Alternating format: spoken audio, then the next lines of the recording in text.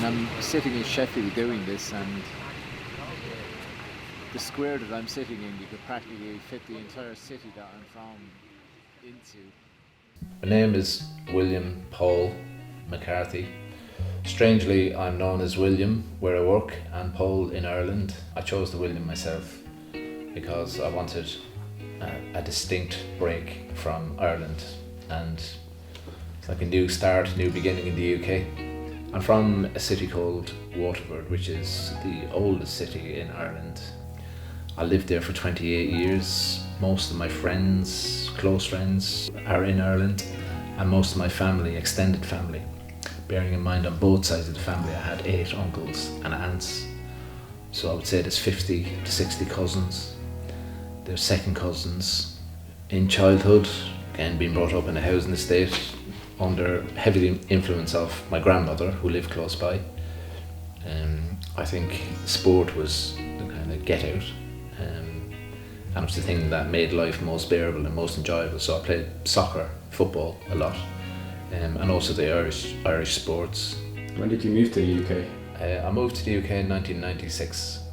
I came to do my interviews for university in February 1996 and got offer placements immediately, which was a positive thing. I had no intentions of coming to the UK. I never thought I was going to come to the UK. In fact, if you had told me in 1991 that I would, 30 years later, be in the UK and have been there for 25 years, I wouldn't have believed it. That's the truth. It was a massive thing to come to the UK. 1996. It was a huge thing for me, and it was a big thing for my family as well.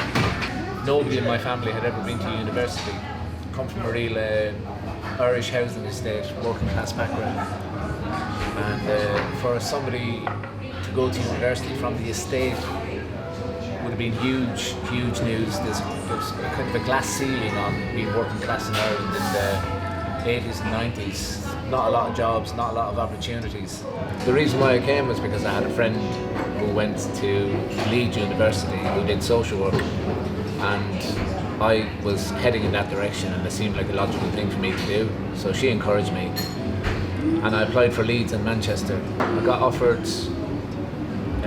interviews in both places as a mature student. I went to the Manchester interview first and the Leeds interview second.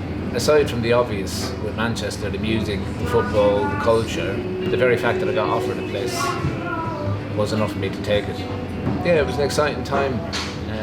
The UK was a very, very different place than it is now. There was a lot of optimism, and as I said, my experience of being in the UK now is very different than it was in the mid-90s. I almost feel at this point kind of semi-unwelcome.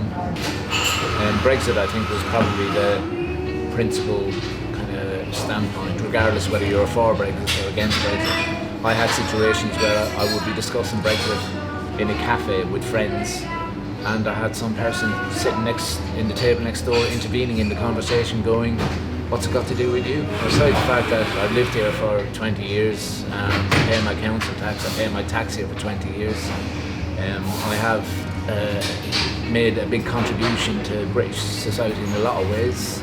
I have an opinion.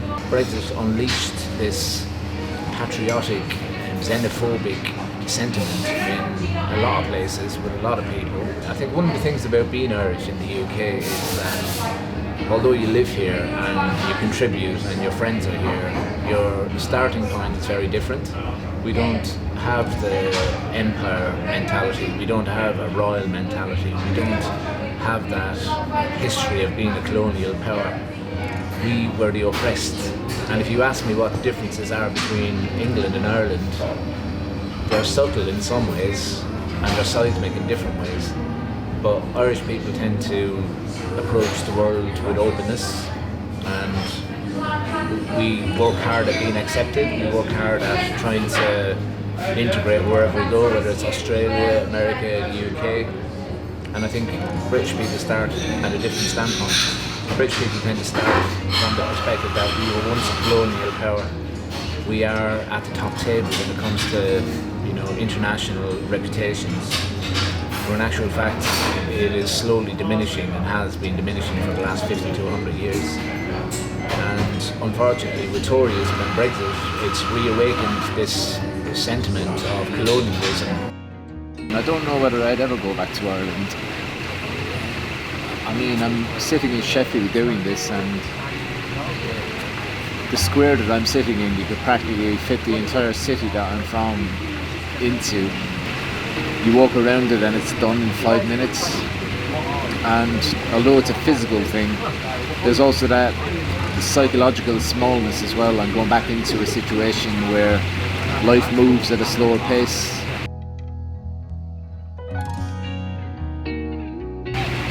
So one thing I will say about life in the UK, it is fast paced.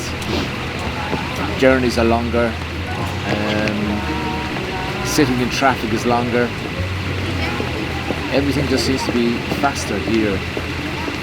Go back to Ireland and it's a comfort, but I don't like getting into conversations with people that have 1986 as their frame of reference because they've not really moved on. I think in the UK there's more opportunity to go looking for difference, to go looking for diversity, and to actually enjoy, doing things differently.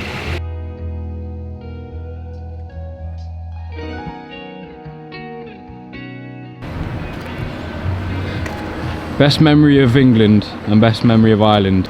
England, aside from the obvious of having my son born.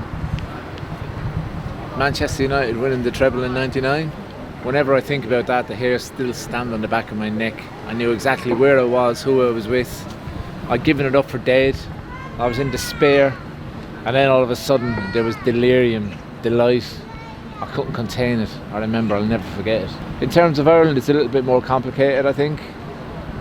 I have a lot of good memories. I have a lot of really good friends. A lot of drinking nights I can recall.